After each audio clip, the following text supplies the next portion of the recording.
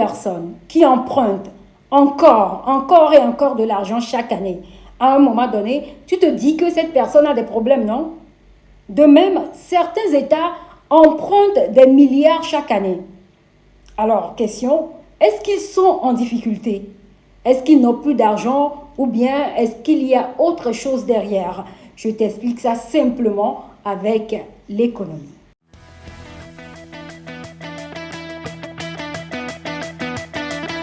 Déjà, il faut comprendre une chose. Un État fonctionne un peu comme une famille, mais à une échelle immense. Un pays reçoit de l'argent, beaucoup d'argent, grâce aux impôts, aux taxes, aux droits de douane et aux activités économiques. Mais il dépense aussi énormément. Imagine une famille qui reçoit 300 000 francs par mois. Avec cet argent, il doit payer le loyer, la nourriture, les frais de scolarité pour les enfants, les soins de santé et maintenant ajoute une maison à construire, une moto à acheter et plusieurs autres dépenses. Le budget explose. Les États vivent parfois la même situation. Ils financent la construction des routes, des écoles, des hôpitaux, des projets énergétiques et tous ces projets coûtent extrêmement cher.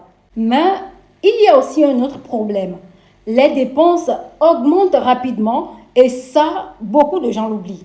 Ces dernières années, plusieurs pays ont subi des chocs économiques, hausse des prix dans le monde, inflation, dépenses liées à la sécurité et parfois ralentissement économique.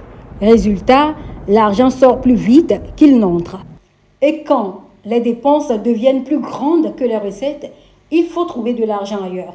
Et c'est là que l'emprunt arrive. Prenons un seau. L'eau qui entre représente les recettes de l'État. Il y a des trous de part et d'autre du seau.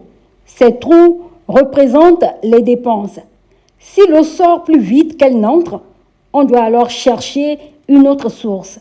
Et cette source, c'est souvent l'emprunt. Mais attention, beaucoup pensent qu'emprunter, c'est forcément mauvais.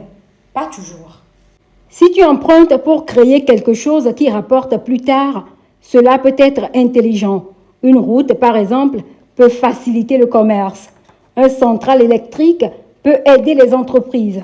Une infrastructure peut faire grandir l'économie. Le vrai danger, c'est qu'un pays emprunte juste pour payer ses dépenses courantes. Ou pire, quand il emprunte aujourd'hui pour payer ses dettes d'hier. Là, ça devient compliqué. Alors, la vraie question n'est pas pourquoi les États empruntent. La vraie question, selon moi, c'est qu'est-ce qu'ils font avec cet argent? Parce qu'une dette peut aider à construire l'avenir ou à créer un problème encore plus grand demain. Selon vous, investissement utile ou argent utilisé pour boucher des trous? Dites-le en commentaire et surtout, n'oubliez pas de me suivre sur mes différents comptes TikTok, Facebook, Instagram et YouTube. Et surtout, likez et partagez.